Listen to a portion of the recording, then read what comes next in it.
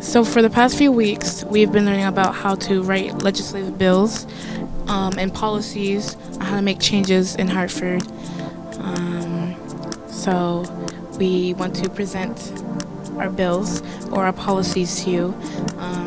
So I'm Nyla, and that's Deja, that's Audrey, and this is Zaraya, and yeah, we're gonna present, and we want to hear your feedback, honest feedback, and we want to ask you questions, and we want you to ask us questions, and just to have like a conversation on what we can do to make changes. So cool.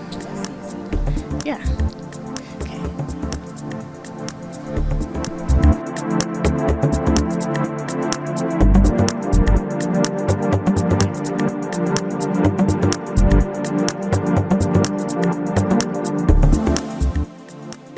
Hi, My name's Stan McCauley. I'm Stan McCauley, and you're watching AccessTV.org.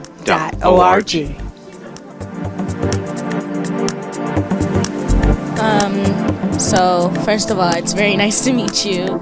I don't know much about you, but what I do know is that you're a councilwoman, a very big, influential councilwoman. So,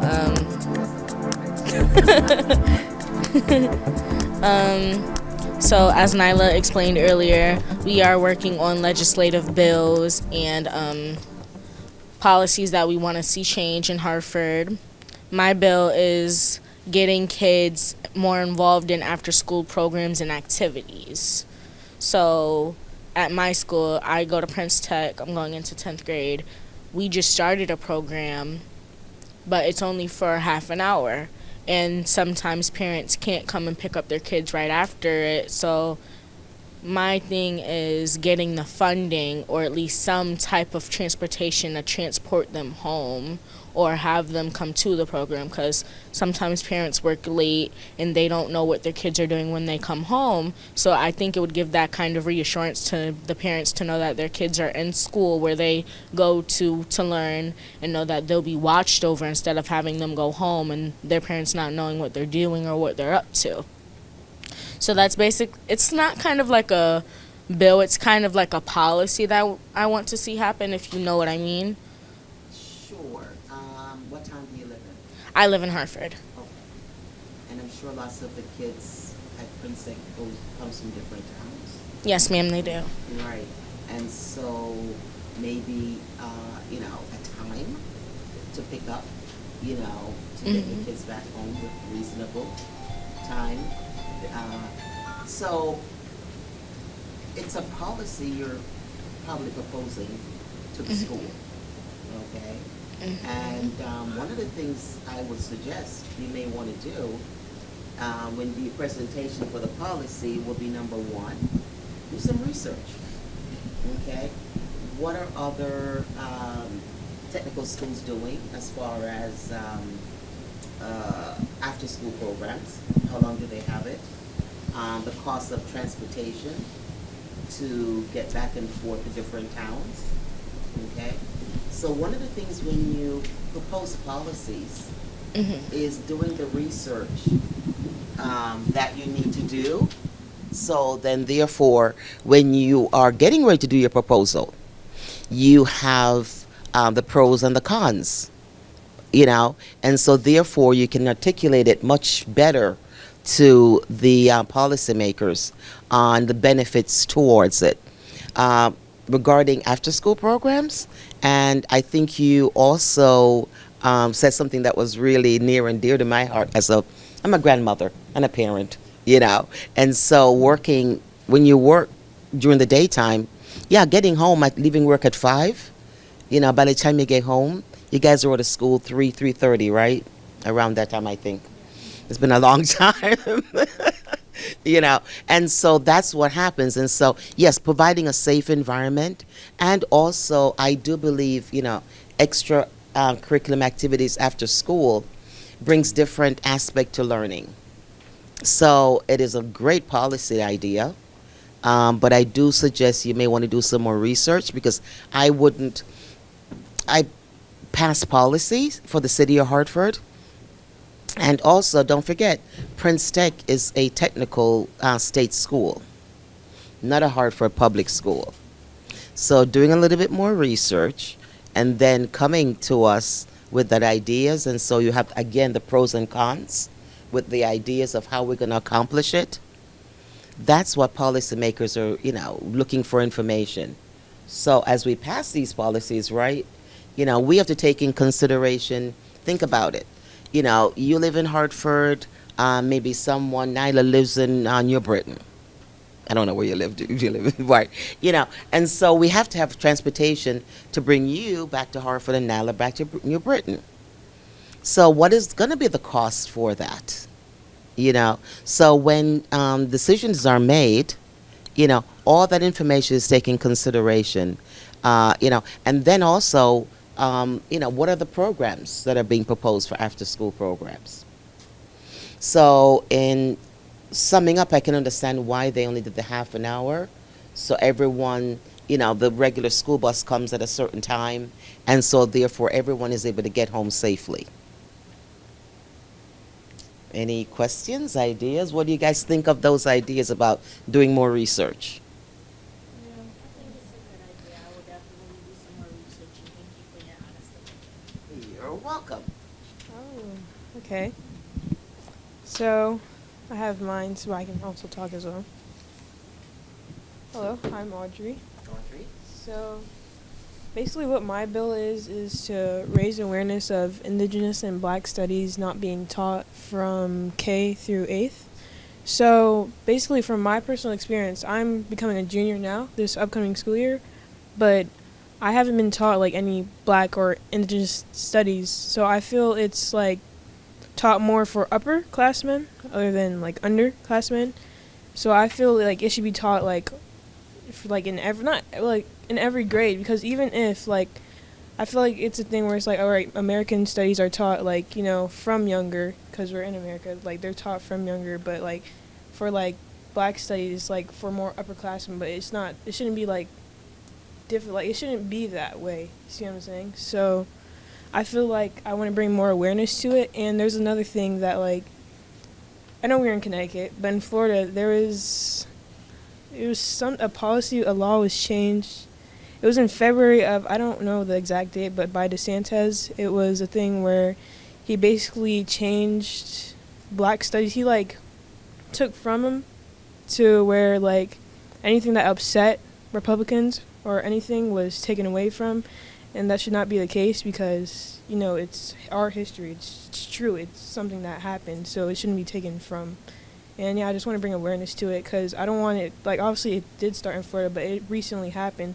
So I don't want it to, like, spread all over and continue, like, yeah.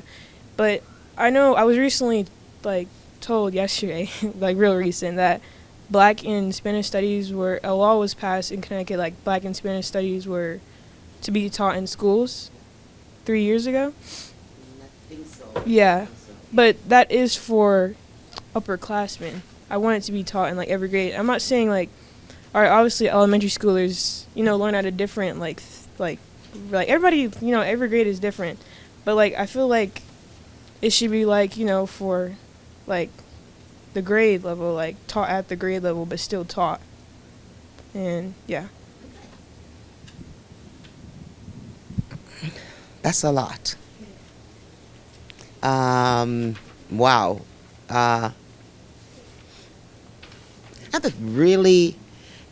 One of the things that you said that I thought it was really mindful is, before I even go there, I do have to commend you on staying abreast of all the news cycles that's been going on over the last several weeks. I really think it's really important for us to hear what's going on throughout the country and throughout the world, because sometimes people say that, it's not happening here, but you never know. We live in a connective world, and it will probably eventually, show up. So thank you for staying abreast of all that information. And yes, the legislators and the policymakers, from what I've read in Florida, what they wanted was to do is during high school years, there's an AP class, And during the AP class, you can choose an elective, African American history, and what they proposed there is not having that being an elective. Does that, do you guys understand? I know the younger ones. Do you guys know what an elective is? You can choose different subject, and so, different classes, and so they want to remove that from one of the classes.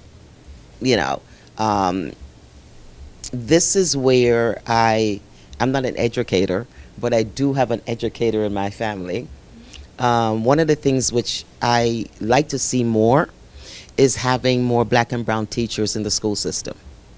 Because I think when you see someone that looks like you, speaks like you tend to, a little bit more interested.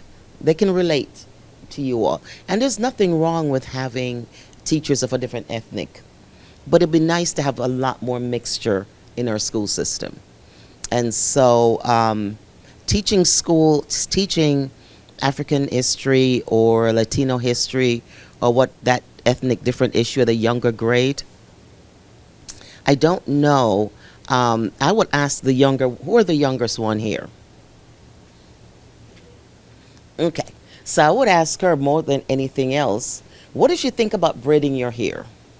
Do you like that idea, or do you like your hair straight? You can't figure that part out? Do you like your hair braided, Lily, or you like your hair straight? What did she say? So answer the question. You like your hair braided, right? And do you know the history of braiding hair?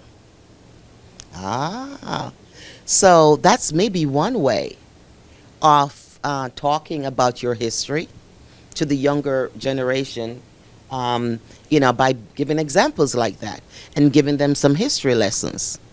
So one of the things I do know in schools, I'm not sure what grade, I know, your basic math, English, all that sort of good stuff you guys need to hear.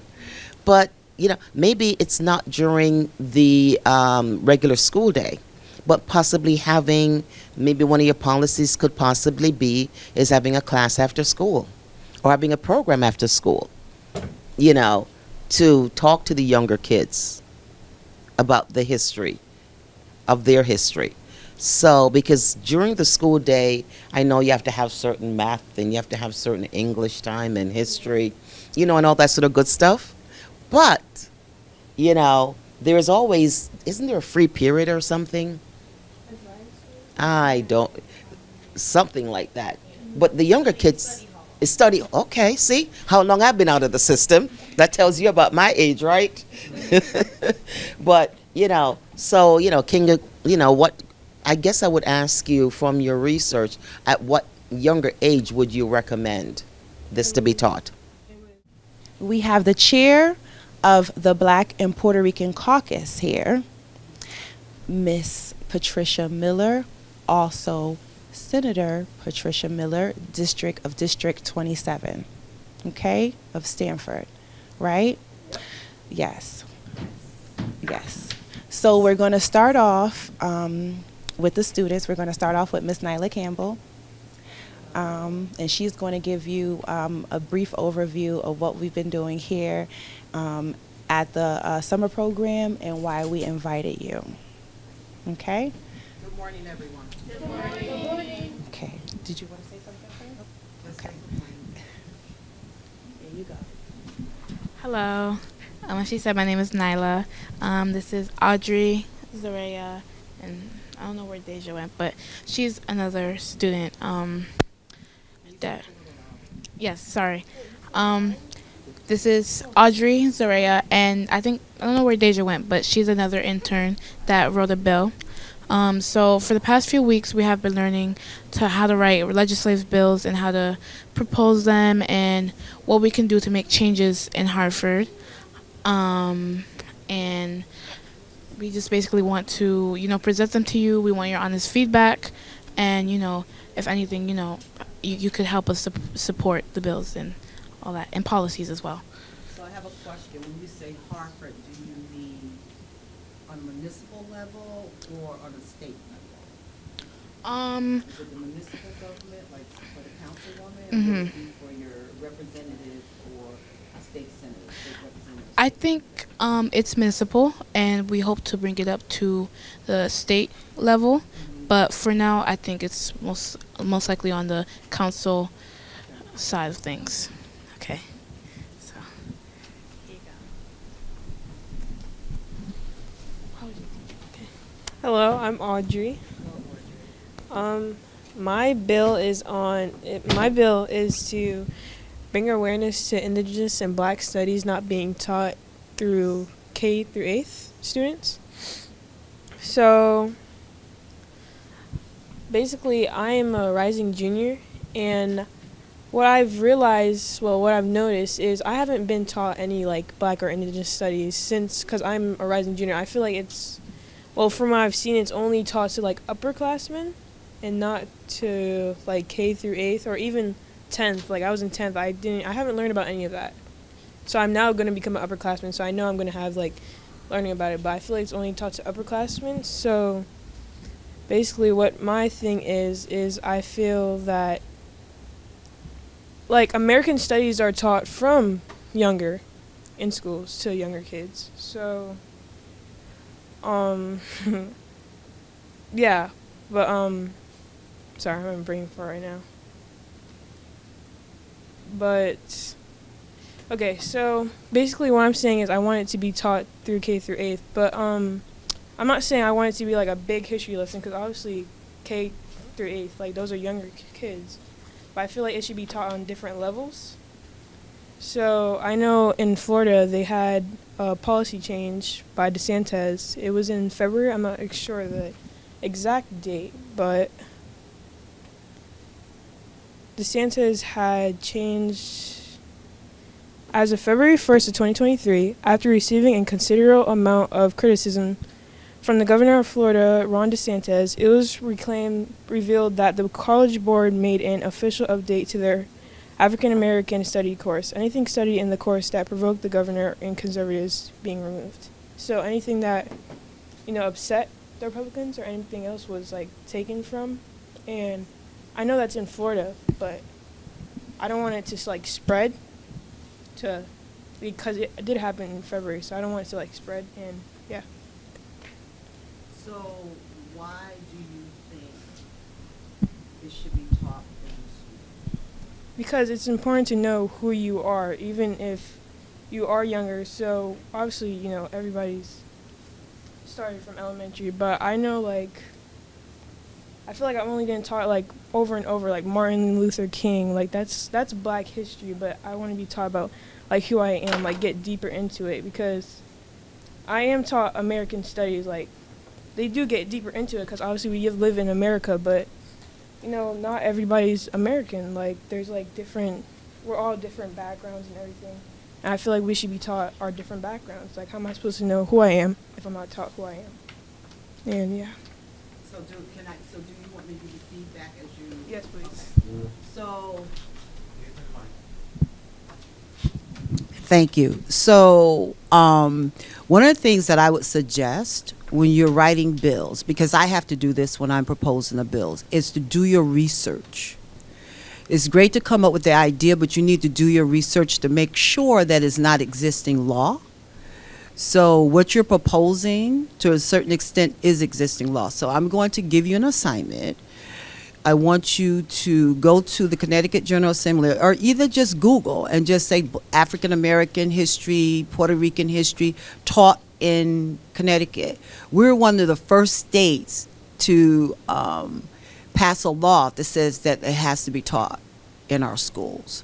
And so what the timeline is, I don't remember, but I do know that there is a law that we're going to teach African American history, we're going to teach Puerto Rican history and Latino history, Hispanic history.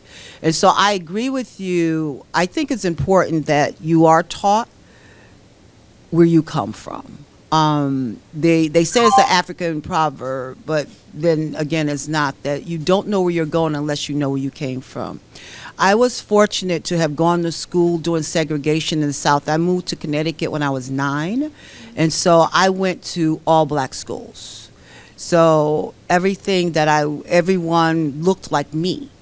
And I think that it helped me when I came to Connecticut, because as a youngster coming to Connecticut, I was always felt that I wasn't good enough.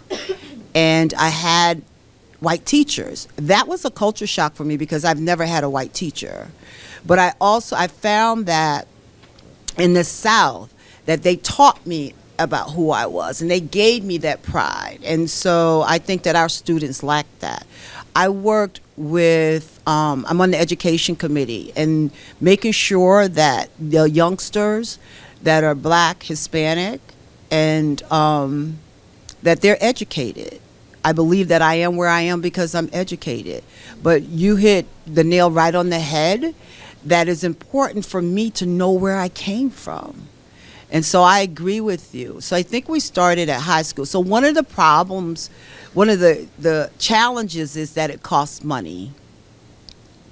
And so some of our colleagues, when we're trying to get a bill through, that's one of the first things that we look at. We look at what they call the physical note. How much is it going to cost the state, and how much will it cost the cities?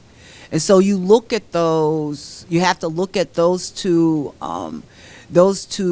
challenges to see how much, to make sure that you have money to cover it. And so that's always a challenge when we're trying to pass bills. But I'm going to give you that assignment to see exactly what the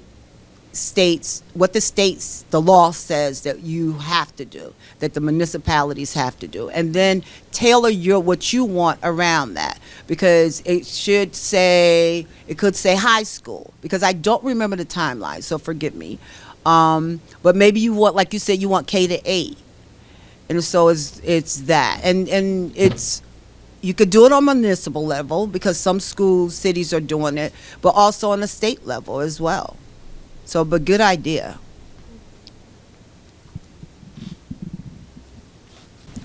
My name is Stan McCauley. I live here in Hartford, Connecticut. I'm one of the people that are running for mayor here in the city. I own a television network called accesstv.org and accesstvnetwork.com. And so I tape a lot of the events here in the city. And I'm also involved in political things here in Hartford. So it's very encouraging to see you all so involved in the political process, because a lot of adults in Hartford are not as involved as you all are, and they really, really should be. So I was really excited when I got the email and the phone call that talked about the fact that you guys are writing legislation and presenting bills. So I'm here to answer a few questions. I don't have a whole lot of time, but I'm glad to spend what time I can with you all here. So I'm Nyla. This is Deja, and this is Audrey, and this is Zaraya. And as you said, we've been writing legislative bills, and we've been learning about how to write bills for the past few weeks in this program. And we want to talk about changes that we want in Hartford, and what we can do to make Hartford a better place, and for opportunities for people who live here and students as well. So, I have a question. Mm-hmm. So what inspired you to run for mayor and go into politics? That's a great question. The thing that really inspired me to run for mayor is seeing the need and hearing the requests of you all, people. I think that the solutions to the problems that Hartford has are in the people of Hartford, whether they're young people or old people. And I've also noticed that a lot of ideas that people have, nobody seems to want to pay attention to or listen to. And so I spent a lot of time trying to get those ideas out to more people, which is one of the reasons that I am so involved with television and free speech. And as I was, watching you all talk to other people, I can hear all the ideas that you guys have. You're a perfect example of people having great ideas. But how do you get those ideas to be something that people act on? And it's been my observation a lot of times that politicians will tell you, oh, that's a great idea. Well, here's what you need to do. And make you kind of think, well, wait a minute. Isn't that your job? I mean, I have an idea. I think this would be great. I think that would be great. But rather than you're helping me, you seem to be telling me what I need to do next. And so I think that if you have elected representation or elected representatives, that they should be in the business of helping you get what you want done. And I think that the mayor can have a big, big role in that, in executing those things. So that's why I'm running. So what can you tell to people who are, our age that want to make a difference or change? What advice would you recommend to them? Or what steps do you think they should take to write bills and, how to educate themselves and things like that? Well, if you were other young people or even adults, I think my answer might be a little bit different. But you all are doing exactly what needs to be done. You are tenacious, which is to say that you just keep going. You're not letting anybody get in your way. You're not letting anybody stop you. And that's really what you or anyone else has to be. When you have ideas, when you have something you want done, whether it's a new highway, a new store, a playground, whatever it is, if it's something you want, then you have to keep at it. It's sort of like you want a new bike, but your mom or dad says no, or your uncle or auntie says no, and then you go into the second phase. Please? Well, I'll clean my room, I'll mow the lawn, I'll do whatever. You're willing to do whatever you have to do in order to get it done. Well, that doesn't stop just because you get older. Or it doesn't stop because the request seems larger. You may need to bring more people. So, you get your brothers and sisters to work with you. You get your friends or aunts, uncles to work with you. Well, you organize people in your community to go with you. So you go down to City Hall or you go to the Board of Education. When I was going to school, I think it was in the 10th grade, 10, 11, 12. It was 11th grade, 11th and 12th grade in high school. I went to a technical school in Pennsylvania, Bucks County, and the lunch was awful. We hated the lunch. It was horrible. So all of the students decided we weren't going to buy lunch. We went on a strike. But in Pennsylvania, they had to make the lunch, by law. So every day they were making lunch and they were throwing the lunch out because no one was eating the lunch. And after 2 weeks, they fired the entire lunch staff and they let the students in the culinary prepare lunch for the whole school. And it all changed. Food was delicious. The rolls were like baked fresh. People started coming from around the community to eat. So if you want change, you can bring change about. You have to think of yourself as being important enough for that change to happen. Because elected officials respond to you all. All right, you all may not be able to vote, but your parents vote. You all can influence the vote. You all are probably the biggest influencers there are because you have access to your parents' ears and you make them buy things. You cause them to do all kinds of stuff. So you can influence how your parents vote if you have information about who's running for office. All right. You can influence your boards of education. You can influence the city council. You can influence the mayor. All you have to do is make an appointment to come see him. Bring 2 or 3 people with you. You can influence your legislators, your state representatives, and your senators. There's nothing that stops any of you from taking your ideas to the state capitol, signing up to talk, and then talking. You present your bills, they will listen to you. And believe it or not, you guys have a big advantage because of your age. You're young. And when young people speak at the Senate or at City Council or at boards of education, it carries more weight than you can begin to imagine. So you have access to the people who make the decisions, but that only works if you speak up. Okay. You guys have any questions? Okay. I have one more question. So after the bills you just heard from us, do you have any suggestions or advice that we could take in and use to revise our bills and policies that we have made? The only thing I would say is that I would agree with what the councilwoman and the senator said, is just make sure your research is good. If you've got good research behind your idea, then it becomes very, very difficult for others to attack it.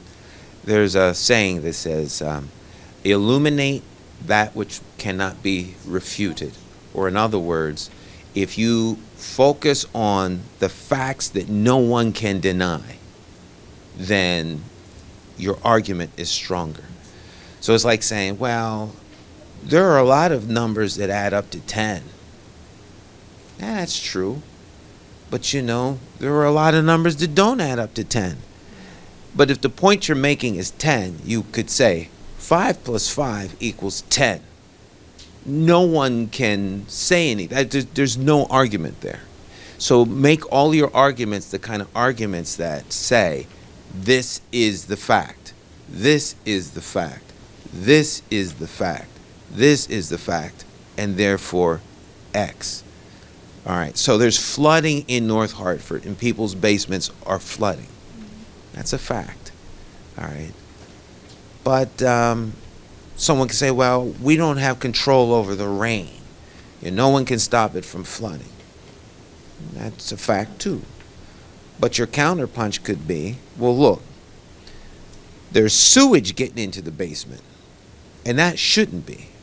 So we want you to stop the sewage from getting in the basement. I don't care if it floods. I don't care if it was a Noah flood. You can stop sewage from getting in the basement. And here's how you can do it. Now you've got a strong argument. All right. I would like to be taught about my culture in school. And here's how you can do it. We found 6 books that talk about life and culture that's reflective of me. I would like for you to teach from them.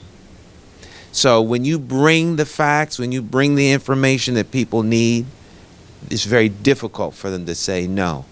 Then if they say no, you say, well, since you don't have the authority to say yes, who does? And you go around them. Don't waste your time arguing with someone who can't make the change, because all they then do is just block you from moving forward. So when people tell you no, or that won't work, then move to the next level and ask them, well, who do you report to so I can actually talk to someone who has the power to make the change? Don't waste your time talking to people that can't get the job done. Always go above them. And that would be my biggest advice. You guys are phenomenal. And continue doing what you're doing, because you are a great example to a lot of people. Trust me when I tell you. Anybody else? Questions? Nobody? Not even here?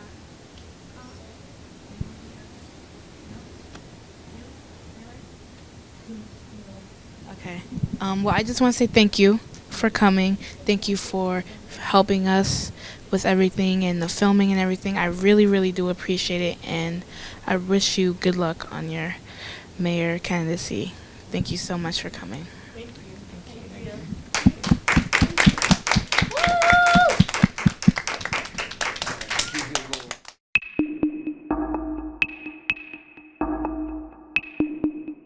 Every bad political decision is made by a politician elected to office. So if you think your vote doesn't matter, just remember this. There are people sitting with politicians in a back room making deals about your future, making policies about your children, making decisions about your neighborhood. To them, you are just a vote. You are not their cause. You are just a vote. Elections have consequences, and if you don't vote, you are actually voting to keep these people in power to work against you. Now more than ever, you need to make your vote count.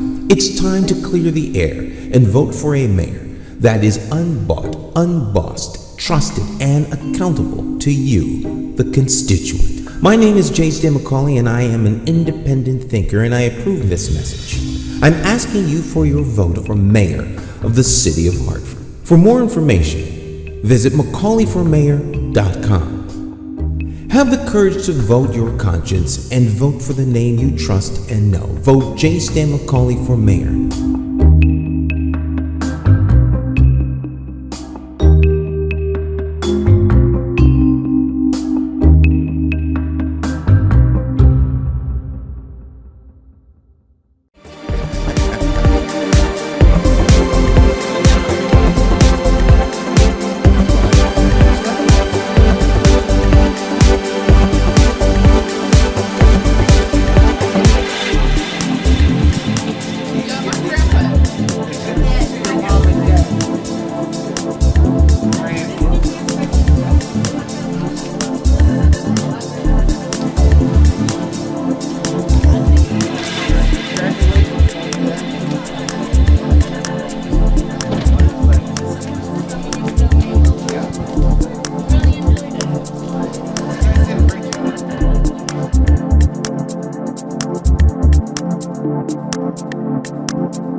Thank you.